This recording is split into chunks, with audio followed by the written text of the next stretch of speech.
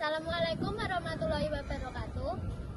Sebelumnya, perkenalkan kami dari kelompok 7 akan mempresentasikan tentang kebiasaan internasional untuk memenuhi tugas UAS Hukum Internasional.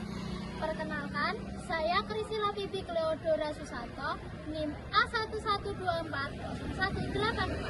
Dan perkenalkan, nama saya Naila Fauzia dengan NIM A11240188. Perkenalkan, nama saya Randy Trisetyo Nugroho dengan NIM A11240175.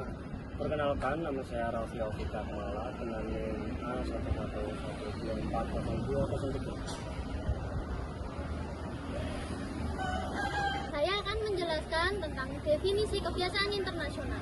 Kebiasaan internasional adalah sesuatu tindakan yang berulang atau terus dilakukan dan negara-negara menganggapnya sebagai kewajiban atau hal yang lumrah. Saya akan menjelaskan tentang unsur dari kebiasaan internasional. Yang pertama adalah opinio juris.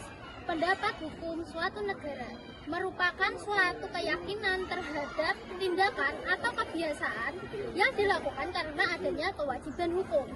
Negara menganggap kebiasaan tersebut atau tindakan tersebut merupakan kewajiban suatu hukum. Lalu yang kedua ada praktik negara. Praktik negara mengacu pada suatu tindakan dan juga pernyataan resmi negara-negara yang mereka yakini sebagai suatu kewajiban hukum. Lalu menjadi dasar terbentuknya aturan-aturan di dalam hukum internasional. Selanjutnya yaitu ciri-ciri kebiasaan internasional. Yang pertama, praktik yang konsisten. Negara-negara melakukan tindakan secara berulang dan konsisten dalam jangka waktu tertentu. Misalnya dalam hubungan diplomatik, perlakuan terhadap kapal asing, atau netralitas dalam perang. Yang kedua, durasi waktu yang cukup lama. Praktik tersebut telah berlangsung secara terus-menerus dan dalam waktu yang relatif lama. Walau tidak ada ketentuan pasti beberapa lama, namun dalam beberapa kasus praktik jangka pendek bisa diakui jika memenuhi syarat lain. Yang ketiga, dilakukan oleh sebagian besar negara. Kebiasaan tersebut diikuti oleh banyak negara, terutama oleh negara-negara besar atau yang berkepentingan langsung dalam praktik tersebut. Yang keempat, adanya opini juris. Negara-negara melakukan praktik tersebut karena merasa berkewajiban secara hukum, legal obligation, bukan sekedar karena kesopanan, kebiasaan, atau kepentingan politik. Ini ciri yang membedakan kebiasaan hukum dari kebiasaan biasa. Yang kelima dan terakhir, tidak ada keberatan dari negara lain. Negara-negara yang tidak mempraktikkannya tidak menunjukkan penolakan keras atau protes resmi terhadap kebiasaan itu, yang berarti mereka secara diam-diam menyetujuinya. Sumber hukum kebiasaan internasional. Satu, praktek negara, yaitu tindakan nyata negara dalam hubungan internasional baik berupa satu, tindakan pemerintah atau penjabat negara. Dua, perannya resmi. Tiga, praktik militer. Empat, keputusan pengadilan nasional. Lima, diplomasi atau suara dalam organisasi internasional. Contoh, negara menggunakan kekuatan untuk menyerang negara lain. Dua, opinio juris, yaitu keyakinan bahwa suatu praktik dilakukan karena dianggap sebagai kewajiban hukum, bukan sekedar kebiasaan, kebijakan, atau sopan santun internasional. Contoh, negara tidak melakukan penjajakan kapal bukan karena takut atau sopan santun, tetapi karena negara percaya hal tersebut dilarang oleh hukum internasional pasal 2 ayat 4 Piagam PBB. Tentang kebiasaan internasional.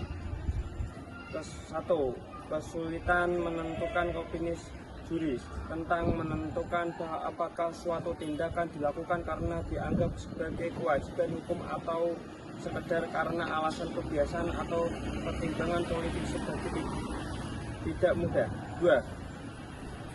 Minimnya dokumentasi resmi tentang ketidakhadiran bukti tertulis menyulitkan penilaian apakah suatu praktik diterapkan secara luas dan konsisten oleh negara-negara. 3. Perbedaan pandangan antara negara tentang negara mungkin menafsirkan atau aturan atau praktik yang sama dengan cara yang berbeda. 4. Kepentingan kekuatan di antara negara tentang negara dengan kekuatan besar cenderung lebih berpengaruh dalam perbentukan norma kebiasaan internasional dibandingkan negara-negara kecil. 5.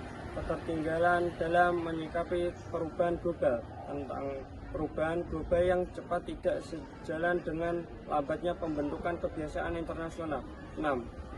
Potensi benturan dengan hukum perjanjian tentang kebiasaan internasional bisa bertentangan dengan hukum perjanjian yang berlaku bagi negara tertentu. Terima kasih. Selanjutnya kita akan membahas mengenai contoh kebiasaan internasional. Kebiasaan internasional adalah larangan penggunaan kekerasan dalam hubungan internasional, di mana ini berisi negara tidak boleh menggunakan kekuatan bersenjata terhadap kedaulatan, integritas wilayah maupun politik negara lain, di mana ini diatur dalam pasal 2 ayat 4 PBB.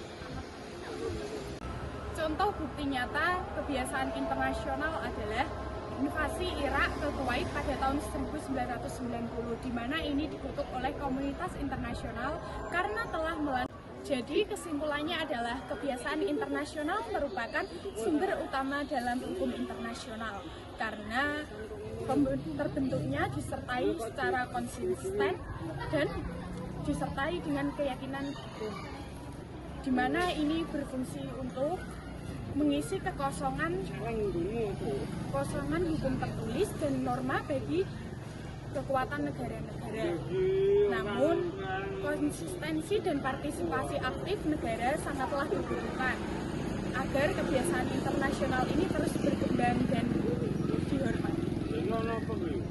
Sekian presentasi dari kelompok 7. Mohon maaf apabila ada kesalahan dalam pengucapan. Wassalamualaikum warahmatullahi wabarakatuh.